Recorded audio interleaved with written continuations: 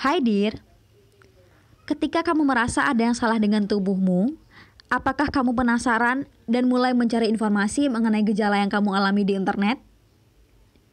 Saat ini kita bisa memperoleh informasi apapun dengan mudah melalui internet, termasuk gejala-gejala dari sebuah penyakit.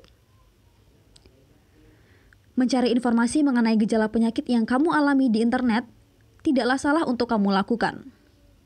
Sebab itu bisa memberimu informasi tambahan mengenai kemungkinan penyakit yang kamu miliki.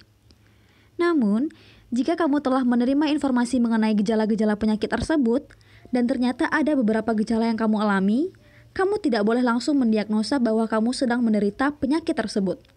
Kenapa? Karena itu dinamakan dengan self-diagnose.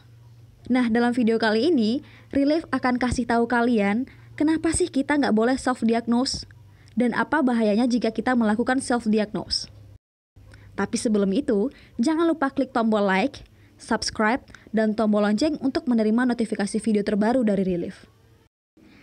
Self-diagnose adalah keadaan di mana kamu mendiagnosa diri kamu sendiri sedang mengidap sebuah gangguan atau penyakit, berdasarkan pengetahuan yang kamu dapatkan dari orang terdekat ataupun informasi yang kamu dapatkan secara mandiri.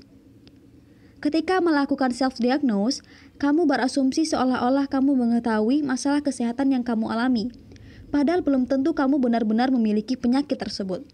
Sebagai contoh, misalnya kamu sedang membaca sebuah artikel mengenai gejala-gejala depresi.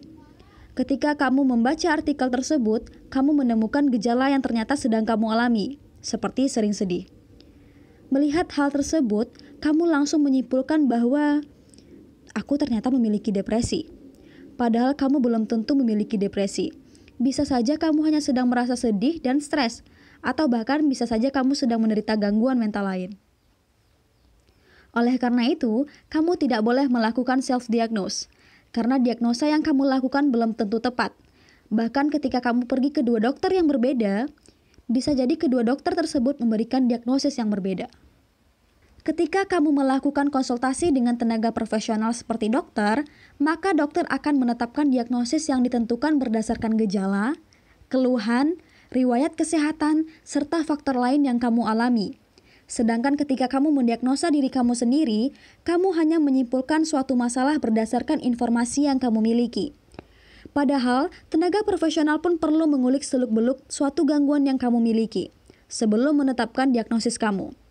Bahkan setelah itu, ada kemungkinan kamu perlu menjalani pemeriksaan lanjutan, karena dugaan terhadap suatu penyakit tidak bisa disimpulkan begitu saja.